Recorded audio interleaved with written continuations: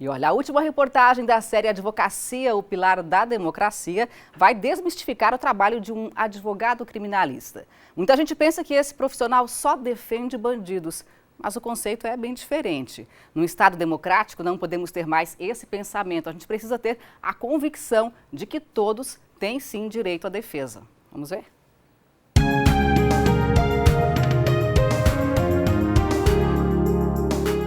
É a Constituição da República Federativa do Brasil que garante, no tópico dos direitos e garantias individuais, o inciso 54 do artigo 5º, é claro, ninguém será privado de liberdade ou de seus bens sem o devido processo legal.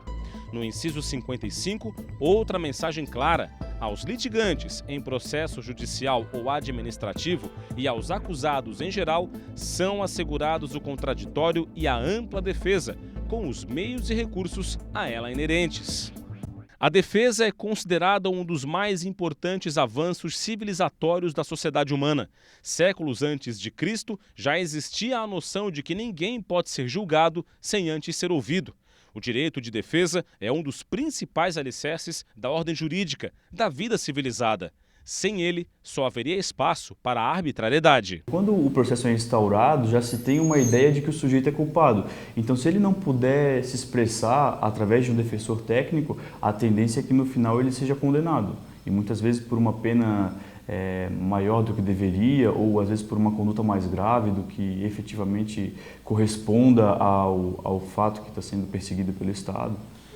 Na legislação brasileira, o direito de defesa é expresso por meio de diversos preceitos, operados pelos advogados. Entre eles estão o direito de petição, pelo qual o advogado obtém certidões em repartições públicas e esclarece situações de interesse do cliente, ou ainda a defesa de direitos contra ilegalidades em um processo. A vedação do Tribunal de Exceção garante a força da palavra do réu e das provas por ele apresentadas. O devido processo legal, inspirado no direito inglês, é uma proteção contra o arbítrio do Estado. A nulidade de provas obtidas por meios ilícitos estabelece que qualquer prova não judicializada ou não submetida ao contraditório é considerada nula. A comunicação da prisão à família do preso, o direito ao silêncio durante um processo ou inquérito também são essenciais na promoção da defesa de um acusado. Entre os especialistas em direito, é consenso que um dos preceitos mais importantes para o direito de defesa é a chamada presunção de inocência. O inciso 55 do artigo 5º da Constituição Federal estabelece que ninguém será considerado culpado até o trânsito em julgado de sentença penal condenatória.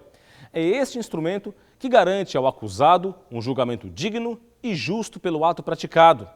E mais, ele garante também que sanções ou punições previstas em lei não sejam aplicadas de maneira equivocada.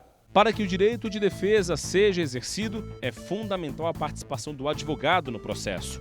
Leonardo Pereima é criminalista há 19 anos. Atua em um escritório que há mais de 6 décadas é especializado no direito penal. Já defendeu acusados dos mais diversos crimes. E garante, o advogado criminalista não é um mero defensor de criminosos. É, antes de tudo, um defensor da lei. É do ser humano, muitas vezes, optar por essa via mais fácil, que é a via de se condenar, de se punir. Mas o mais curioso é que quando esta mesma pessoa que defende, inclusive penas de morte, ou julgamentos, ou prisões antecipadas, e quando ela acaba sofrendo um processo criminal, ela é a primeira pessoa a pedir a mais plena garantia de todas as nossas prerrogativas constitucionais. Ela quer a ampla defesa, ela quer o pleno contraditório. O advogado sério, ele não defende bandido, ele defende um julgamento justo. Nem sempre o brasileiro teve esses direitos assegurados. Durante a ditadura militar, por exemplo, o ato institucional número 5 dava poderes aos militares para cassar mandatos parlamentares, suspender direitos políticos, confiscar bens considerados ilícitos e até suspender a garantia do habeas corpus. Tudo isso sem a garantia da ampla defesa.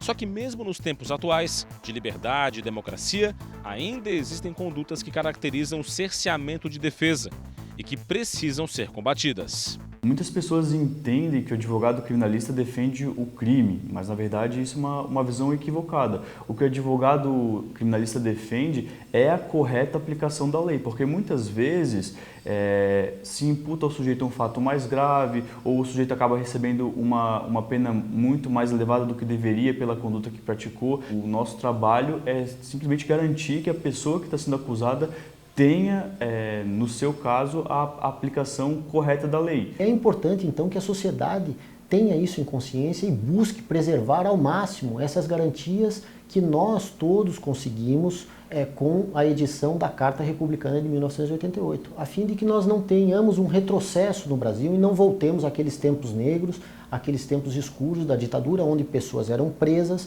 não se sabia a razão, não se sabia onde elas estavam, não se sabia a pena. Eu acho que é muito importante a sociedade ter essa consciência de lutar para que isso não volte ao Brasil.